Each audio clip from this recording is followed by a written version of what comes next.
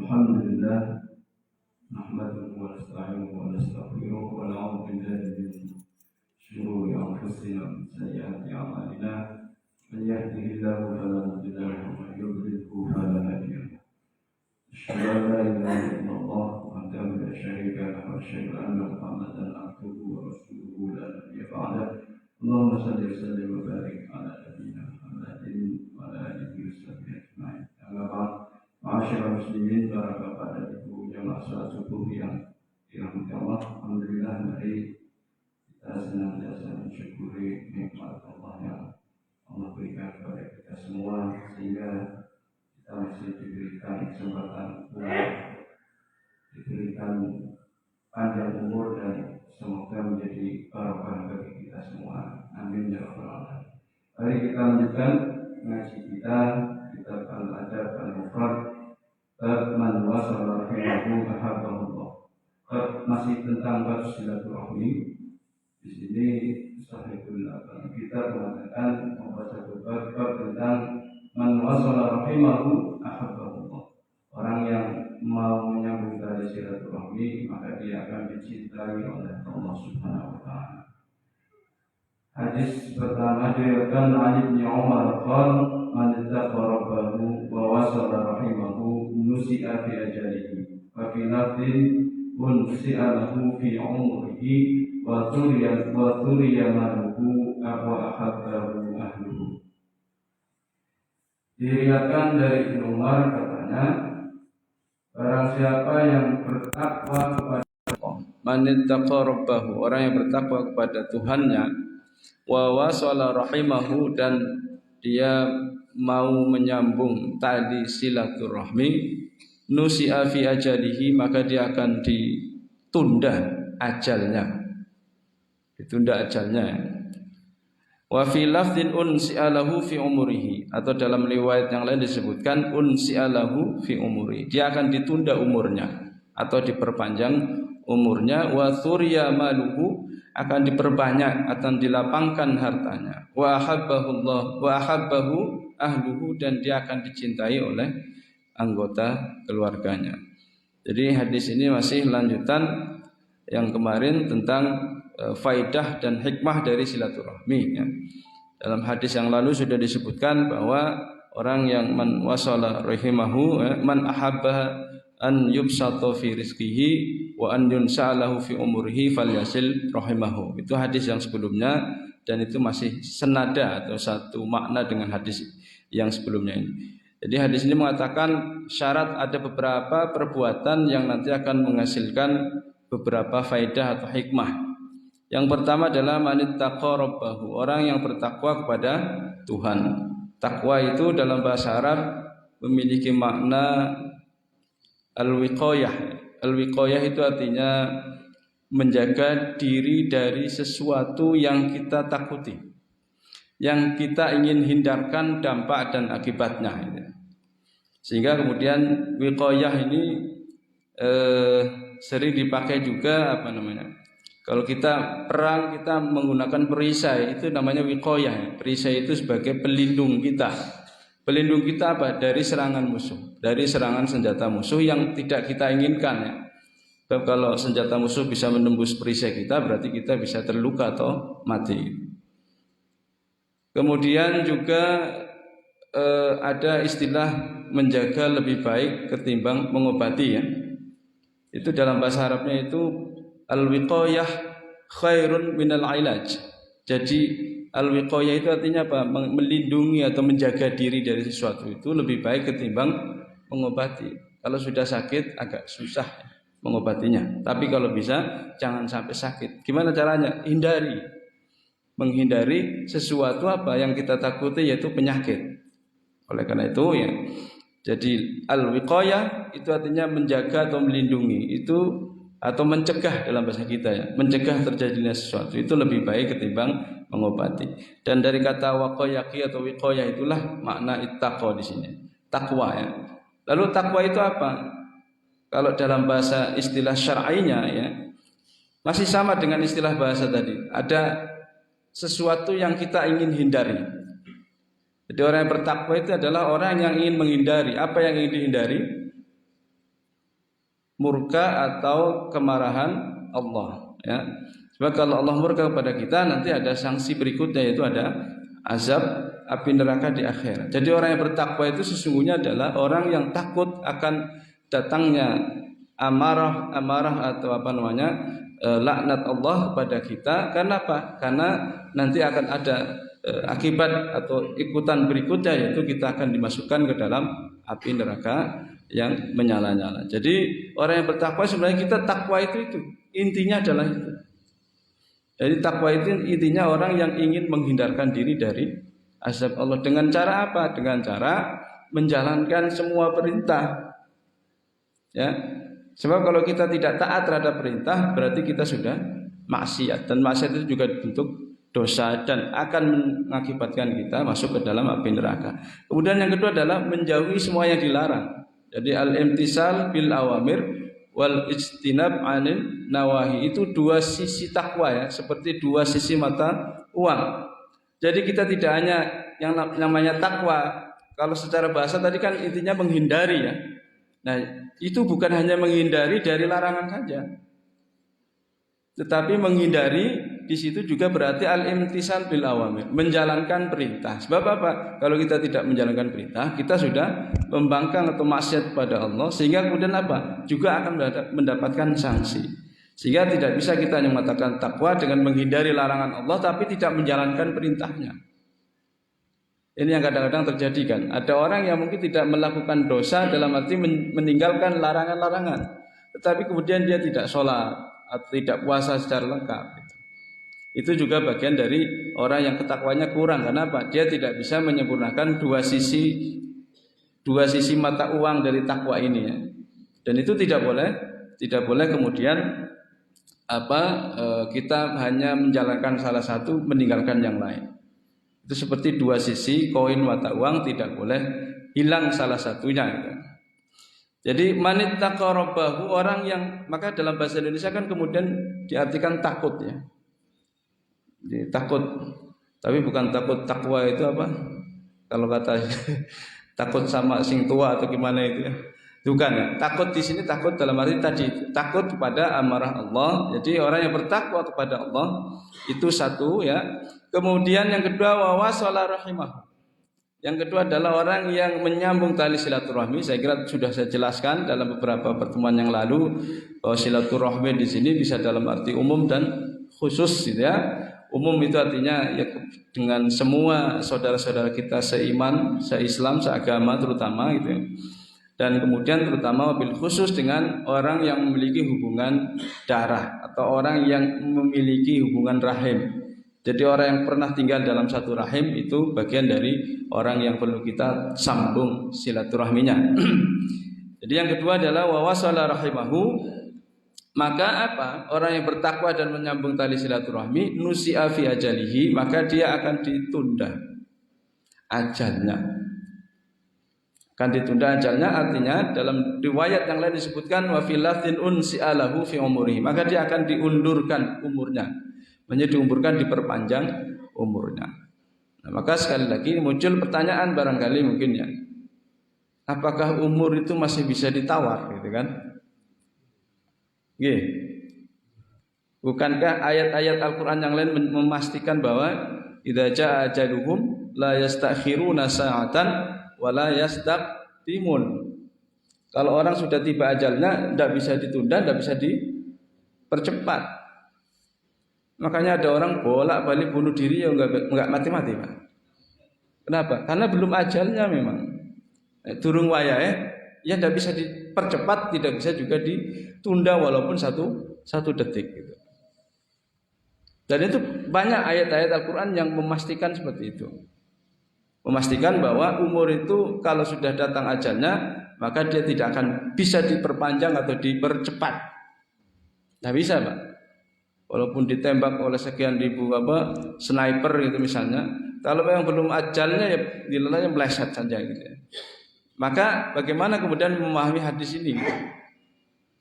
Jadi hadis ini secara dohirnya maknanya bertentangan dengan ayat-ayat Al-Quran yang menegaskan bahwa umur itu tidak bisa diperpanjang, tidak bisa diperpendek. Sementara hadis ini mengatakan barang siapa yang bertakwa kepada Allah dan kemudian dia menyambung tali silaturahmi, maka akan nusi'a fi ajali, akan dipanjangkan umurnya. Maka para ulama mengambil dua sikap ya. Yang pertama adalah mentakwil hadis ini. Jadi hadis ini ditakwil, yang ditakwil hadisnya bukan Al-Qur'annya. Ditakwil bagaimana, Pak? Ditakwil bahwa makna hadis ini bukan berarti umurnya kemudian berubah. Apa yang sudah menjadi ketentuan Allah itu kemudian berubah, tidak. Ya. Karena kalau semua yang sudah tertulis itu sudah pasti akan terjadi gitu. Yang dimaksud hadis ini adalah bukan kemudian ditambah atau dikurangi kuantitas umur seseorang, tidak. Tetapi yang dimaksud ditambah umur panjang itu adalah ditambah barokahnya. Barokahnya di mana kemudian ada orang yang hidup walaupun mungkin hanya umur 40, 50 tahun, tetapi dia banyak meninggalkan karya-karya terbaiknya gitu ya. Seperti imam-imam besar, Imam Nawawi misalnya, atau Imam Syafi'i itu kan umurnya sekitar 40-45an. Tetapi karya-karyanya sampai sekarang kan masih bisa kita baca. Ilmunya masih terus mengalir ya. Ilmun yuntafa'u bihi. Tetapi ada orang yang hidup sampai 60 tahun, 70 tahun tidak ada apa-apanya. Tidak meninggalkan apapun, tidak ada amal-amal apapun yang mungkin bisa dibanggakan atau bisa diturunkan kepada anak cucunya. Jadi keberkahan. Sehingga ada orang yang umurnya secara kuantitas itu sedikit, tetapi kualitas amalnya luar biasa gitu. Ya sama seperti gelas ya. Misalnya sama-sama 600 mili. Yang satu diisi air, yang satu diisi batu, itu mana yang paling penuh? Yang lebih penuh itu. Kan yang diisi air, karena dia bisa mengisi seluruh ruangan dalam gelas itu. Kalau diisi batu, apalagi batunya tidak persegi misalnya, kan banyak ruang-ruang kosong gitu. Maka umur yang barokah adalah umur yang tadi itu, isinya penuh. Penuh dengan amal soleh, penuh dengan amal kebaikan. Jadi itu. Jadi Allah memberikan taufik kepada orang yang bertakwa kepada Allah dan orang yang mau menyambung silaturahmi tadi itu untuk dipermudah melakukan amal-amal soleh. Jadi mudah melangkahkan kakinya menuju ke masjid untuk sholat berjamaah, mudah menjalankan qiyamul lail, mudah menjalankan sholat-sholat sunnah yang lain.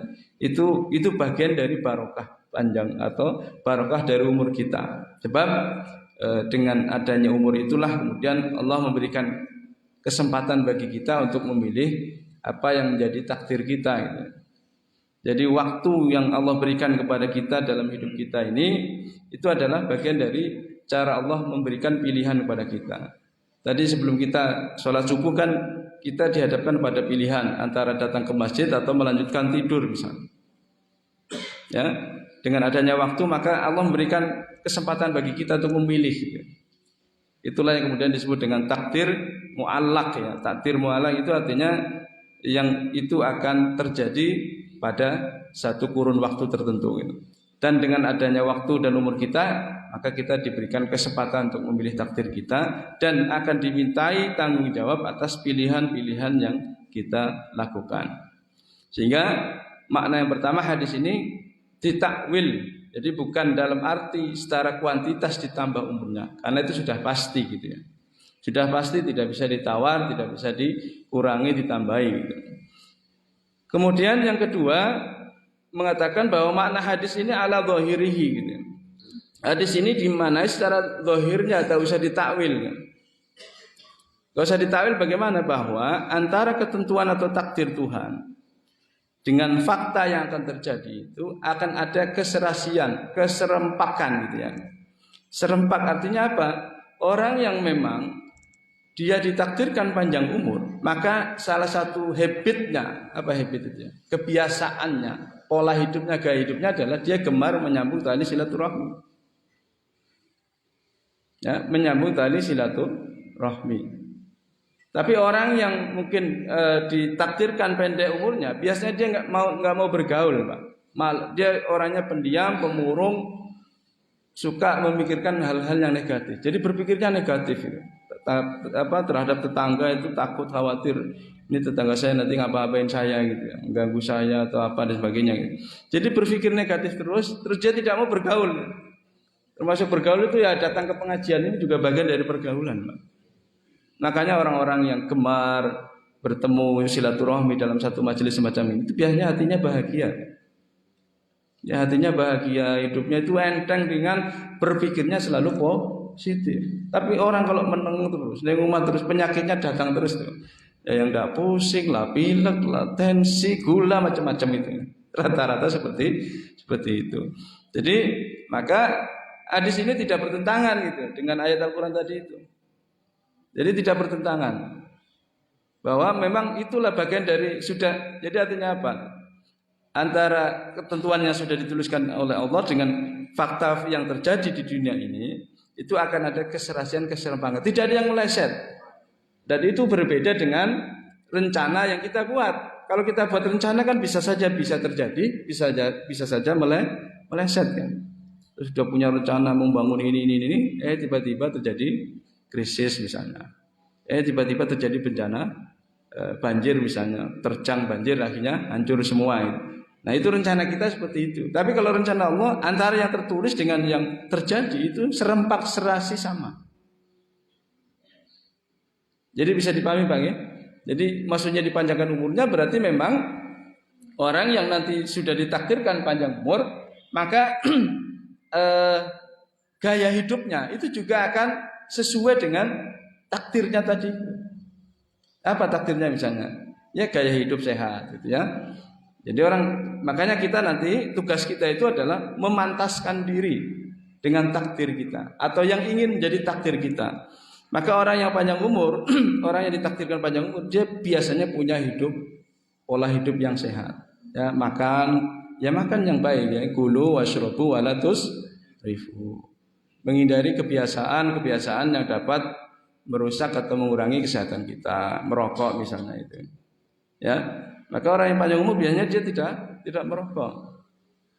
Tidak mengkonsumsi minuman keras, tidak mengkonsumsi walaupun halal misalnya jeroan atau makanan-makanan yang mengandung kolesterol tinggi gitu loh. Jadi maka itu Pak, maksudnya bahwa antara takdir Tuhan dengan faktanya nanti akan seperti itu. Sama, jadi tugas kita nanti kata dalam hadis yang lalu disebutkan i'malu fakullun muyassarun lima khuliqalahu. Semua itu akan dimudahkan untuk menjemput takdirnya. Sama juga nanti antara apakah kita ahlul jannah atau ahlun nar sama Pak. Kita akan dipantaskan untuk menjemput takdir kita. Dipantaskan atau kita yang memantaskan diri untuk menjemput takdir kita. Kalau kita ingin takdir kita menjadi ahlul jannah, ya pantaskan diri kita dengan perilaku-perilaku yang akan mengantarkan diri kita kepada surga. Walaupun bukan hak prerogatif kita ya, apakah kita ahlul jannah atau tidak. Tetapi tugas kita adalah memantaskan diri itu. Memantaskan diri dengan perilaku-perilaku ahli surga. Jangan kita mengharap masuk surga tapi sholat tidak pernah, jamaah tidak pernah datang, kemudian puasa jarang-jarang, kemudian masih banyak maksiat terus dan seterusnya. Itu berarti dia tidak memantaskan diri untuk menjadi ahlu surga gitu ya. Sama juga orang yang ingin menjemput takdirnya panjang umur misalnya, maka pantaskan diri kita untuk menjadi orang yang pantas panjang umur. Perilaku gaya hidup kita dijaga. Makan itu ya kulu washrobu wala tusrifu ya kata Pak dokter kan gitu kan. Makan secukupnya. Merokok secukupnya juga, enggak ya. Karena ada yang kemarin saya waktu ceramah itu ada yang protes, Ustaz, Tuhan kan menciptakan segala sesuatu itu untuk manusia. Nah, termasuk juga tembakau atau rokok itu. Kalau bukan untuk kita, untuk siapa katanya? Dan di antara ciptaan manusia itu memang ada yang berbahaya katanya bagi kesehatan misalnya. Orang misalnya makan cabai itu kalau kebanyakan kan bisa merusak lambung gitu kan ya. Kemudian kolesterol misalnya, jeroan itu kan kalau dikonsumsi berlebih kan juga berbahaya bagi kesehatan. Gula misalnya orang yang punya diabetes juga bahaya gitu loh. Kan sama itu juga tembakau juga sama gitu. Terus saya jawab saja, kalau Anda makan cabai, kalau Anda makan jeroan itu kan bisa sesuai dengan kebutuhan. Artinya apa? Kulu washrobu wala tusrifu. Tapi kalau jenengan merokok, apakah bisa merokok secukupnya aja? Satu isapan sudah gitu. Tidak bisa kan? Kan semakin lama semakin banyak. Tidak mungkin merokok satu isapan. Ini rokok yang sehat hanya satu isapan saja. Tidak bisa. Semakin ngisap semakin terus menerus. Seperti sepur itu dah. Nah gitu ya. Jadi tidak ada yang merokok secukupnya, itu tidak ada. Semakin lama pasti semakin kecanduan dan semakin banyak. Tapi kalau makan, kalau cabai misalnya, kalau tahu bahwa setelah makan cabai kita akan punya masalah di perut, kita sudah hati-hati. Saya makan sedikit aja, secukupnya saja. Jeroan juga gitu ya. Ono gorengan ati enak itu. Tapi kita tahu kalau kita makan itu awak pegel kabeh misalnya. Ya udah kita makan sedikit aja, sekadar yang itu tidak akan sampai pegel-pegel asam urat naik gitu ya. Tapi kalau ngerokok kan tidak bisa. Saya ngerokok satu isep saja itu, nggak bisa ya Pak. Nah itu, jadi tidak bisa seperti itu. Maka kembali lagi, maka mari nusi'a fi ajalihi, akan dipanjangkan atau ditunda ajalnya. Itu maksudnya adalah ada keserempakan atau keserasian antara takdir Tuhan tentang umur kita juga dengan perilaku dan pola gaya hidup kita. Maka oleh karena itu tugas kita sebagai manusia adalah memantaskan diri untuk menjadi orang yang panjang umur gitu. Nah salah satunya adalah dengan memperbanyak tali silaturahmi. Ya, jadi jangan mengurung diri gitu. Apalagi kalau sudah pensiun, sudah purna tugas, lalu kemudian dia tidak banyak bergaul, itu pasti pikirannya negatif. Ya, pasti pikirannya negatif, Pak. Maka perbanyaklah datang ke pengajian, dan biasanya pengajian itu menjadi istiqomah karena justru banyak orang-orang yang sudah purna tugas itu. Kalau saya nom-nom itu masih sibuk golek rezeki ya. Ini boleh balik lagi Dubai terus kan. Alhamdulillah sekarang udah gak ada lagi ya. Kan kita kan masih disibukkan dengan tugas-tugas mencari nafkah. Tidak apa-apa, itu adalah bentuk dari ibadah juga gitu. Jangan kemudian di paito gitu ya. Iki wong gak tahu mesti kerja terus ya, memang saatnya dia ibadah dengan kerja gitu. Nah, saatnya kita sudah pernah tugas itu ibadahnya dengan ini. Datang pengajian, ketemu orang-orang. Ya, seperti yang saya sampaikan kemarin itu, dulu almarhum bapak saya itu kalau ada pengajian datang, tujuannya bukan untuk cari ilmu katanya. Loh, ilmunya itu saya sudah hafal. Itu yang disampaikan itu kitabnya itu saja, bolak-balik disampaikan sejak kecil saya sudah pernah ngaji. Tapi dengan ketemu teman-teman satu umur itu sepantar itu kan bisa guyon, bisa gojek, bisa ngobrol. Hatinya gembira, Pak. Nah, hatinya gembira itu sehat pasti. Penyakitnya minggir dewi, ya. Tapi kemudian beliau kena saraf kecepit, HNP, akhirnya nggak bisa kemana-mana, lumpuh. Sejak saat itu mentalnya drop. Ya, karena nggak bisa ketemu orang lagi sudah drop, Pak. Maka dimanfaatkan panjenengan selama masih sehat. Ya mungkin ada penyakit-penyakit sedikit, jangan terlalu dipikirkan. Yang penting hatinya gembira, insya Allah penyakit akan sembuh sendiri dan insya Allah panjang umur. Jadi rasionalnya seperti itu, Pak. Kemudian wasurya maluhu. Nah ini yang penting juga, bahwa orang yang bertakwa pada Allah, kemudian yang kedua adalah menyambung tali silaturahmi, maka dia akan dikayakan, akan dibuat kaya oleh Allah, akan dilapangkan rezekinya. Nah ini juga bisa saja penjelasannya ada dua. Dalam arti yang pertama adalah keberkahan. Ya, surya maluhu itu bisa arti bahwa harta kita barangkali mungkin tidak terlalu banyak ya, tidak sebanyak para konglomerat gitu ya. Tetapi kemudian di situ ada unsur keberkahan. Yang kita makan, yang kita minum, yang kita konsumsi itu semuanya menjadi daging ya. Semuanya menjadi daging yang baik gitu ya maksudnya. Semuanya menjadi berkah, tidak membuat kita sakit, tidak membuat kita banyak keluhan macam-macam gitu.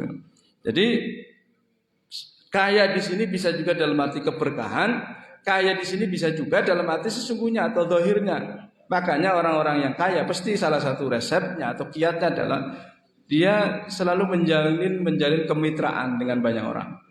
Ya, bersilaturahmi dengan banyak orang yang dari situ kemudian bisa saling ketemu ya, antara produsen konsumen asing ketemu. Mungkin barangkali nanti di masjid ini kan bisa saja ada yang punya barang yang ditawarkan, silahkan. Lalu grup WA misalnya, tidak apa-apa itu. Kepada siapa lagi kalau bukan kepada saudara yang kita tawarkan gitu ya. Jadi wasurya malu, dia akan dibuat kaya atau diperkaya. Bisa juga dalam arti memang kemudian kalau orang menyambung tali silaturahmi ya, terutama kepada orang-orang yang punya hubungan darah dan satu rahim itu, maka Allah akan memberikan keberkahan itu dalam bentuk kemudahan kita mencari rezeki. Ada saja di dalam jalan-jalan menuju rezeki itu. Karena bagaimanapun kadang-kadang kita berpikir rasional matematis ya, kita merasa tidak ada celah lagi, tidak ada jalan saya untuk mencari rezeki tambahan dan sebagainya, tapi dengan menyambung silaturahmi, datangi saudara kita, datangi saudara-saudara sekandung kita, walaupun mungkin kita punya masalah dengan mereka. Karena ada orang yang maunya atau saudara yang maunya enak sendiri gitu ya. Dia mau didatangi, mau dikasih sesuatu tapi tidak pernah mau mengunjungi kita, tidak pernah mau silaturahmi. Maka orang yang seperti itu jangan kemudian kita tinggalkan.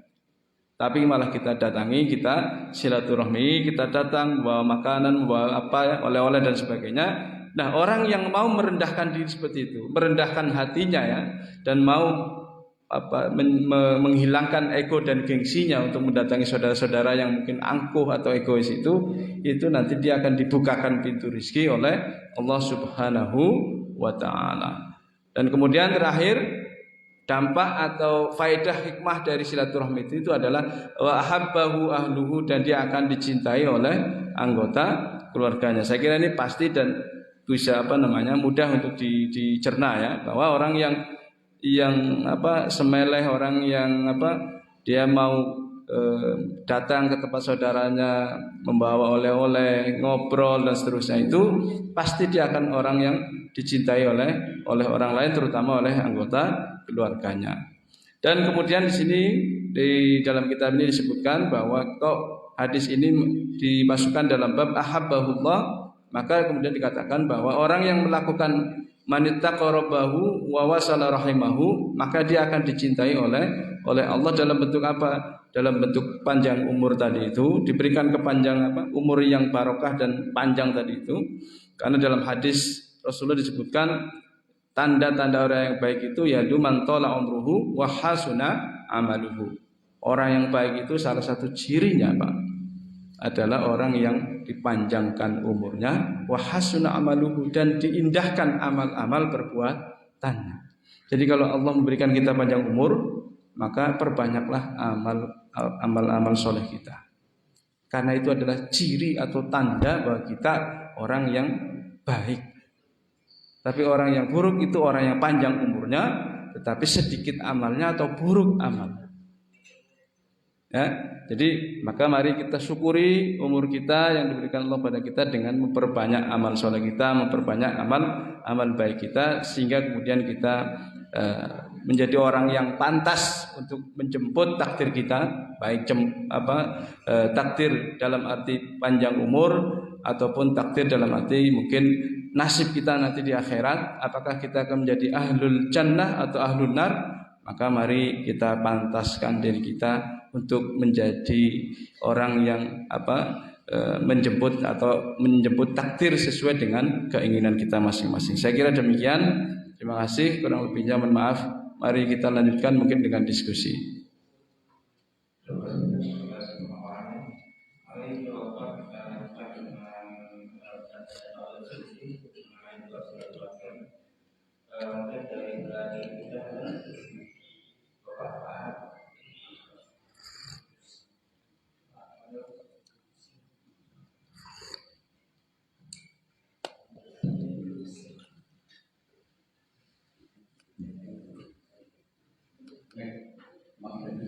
Monggo Pak. Silaturahmi apa bisa diwakili dengan HP?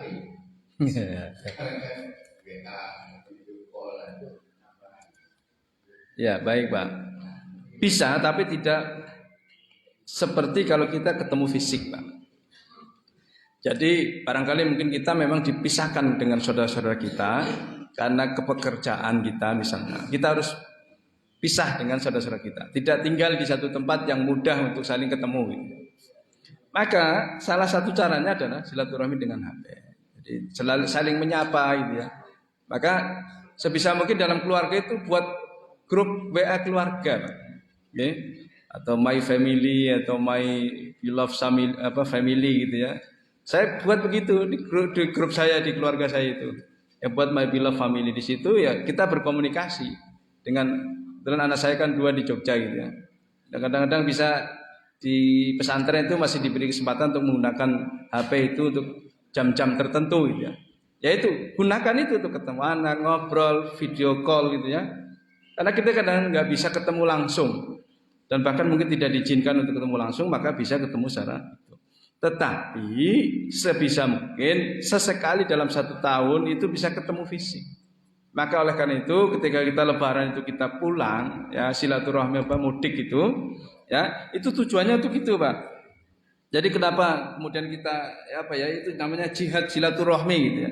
Kenapa harus lebaran? Karena memang liburnya di saat lebaran dan di saat itu pula banyak orang yang memang pulang kampung sehingga kita bisa ketemu dengan saudara-saudara kita yang mungkin tidak bisa ketemu di luar waktu lebaran. Tetapi kalau bisa di luar itu ya lebih baik. Misalnya diagendakan setahun sekali, setahun 2 kali, setahun 3 kali, atau bahkan ada yang setiap 8 hari ya, tahu nggak 8 Bang ya?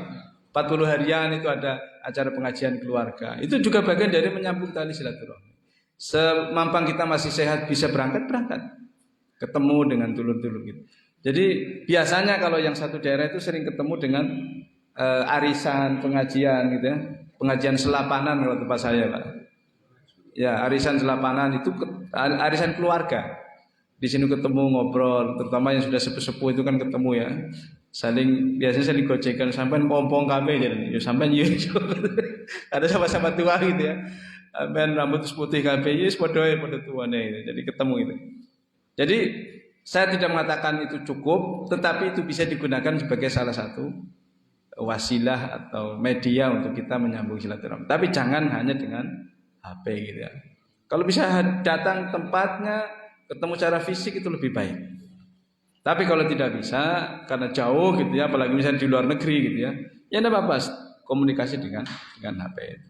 Tapi apalagi dengan orang tua kita ya, kalau kita jauh itu ya sebisa mungkin sesering mungkin lah kita ketemu video call dengan orang tua kita gitu ya. Jadi saya kira demikian Pak. Monggo Ustaz.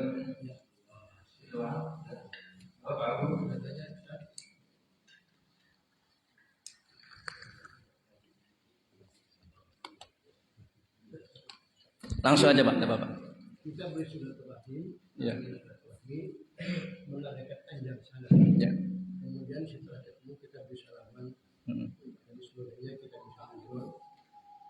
Termasuk pengajian ini termasuk silaturahmi. Iya. Bagaimana silaturahmi tidak hanya bisa duduk saja, tapi kita bersalaman, berjabat tangan, ngobrol hanya tahu saja begini. Apa ini dikatakan silaturahmi? Ya. Baik Pak, minimal kita sudah ketemu secara fisik, kenal secara fisik dengan saudara-saudara kita yang ada di masjid ini gitu ya. Mungkin kita tidak bisa kenal satu persatu ya. Nah, termasuk saya itu kemarin mengusulkan di grup itu sebisa mungkin menggunakan foto diri yang asli, namanya juga asli gitu. Karena apa?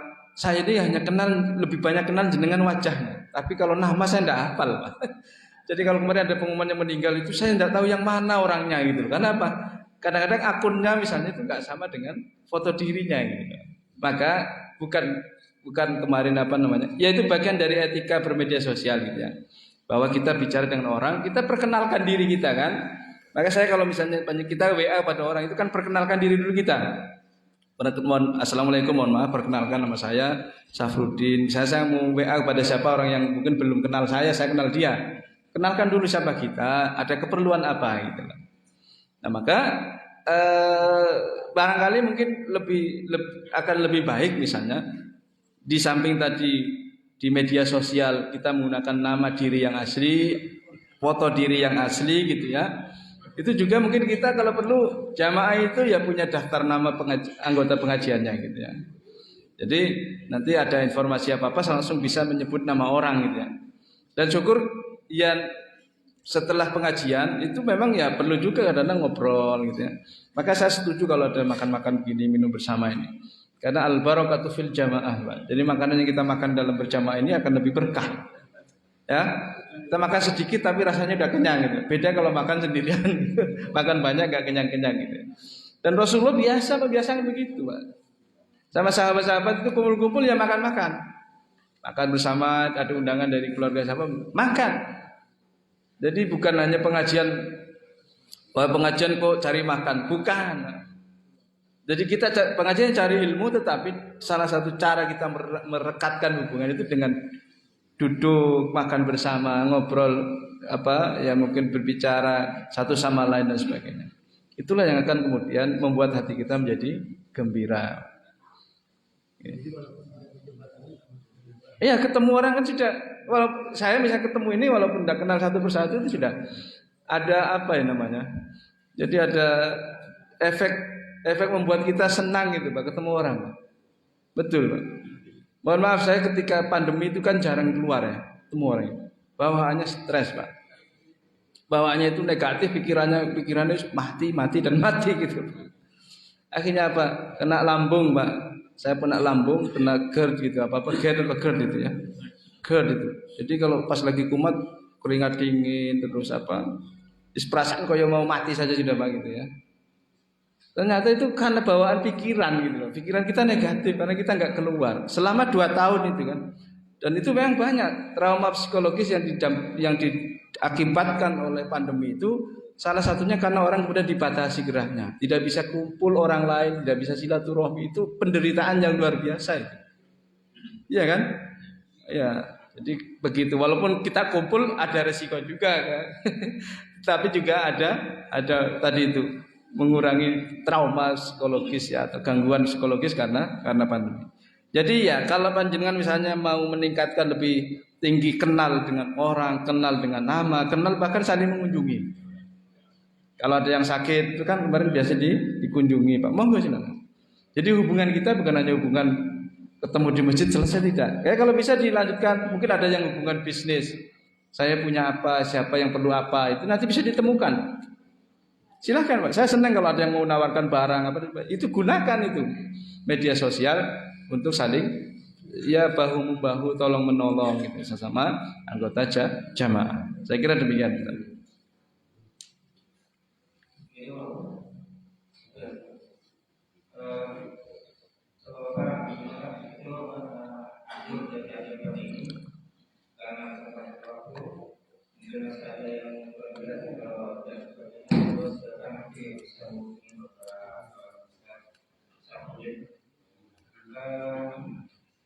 Pengumuman untuk besok pagi insya Allah Ustaz Haji Bapak dengan mengisi kajian itu.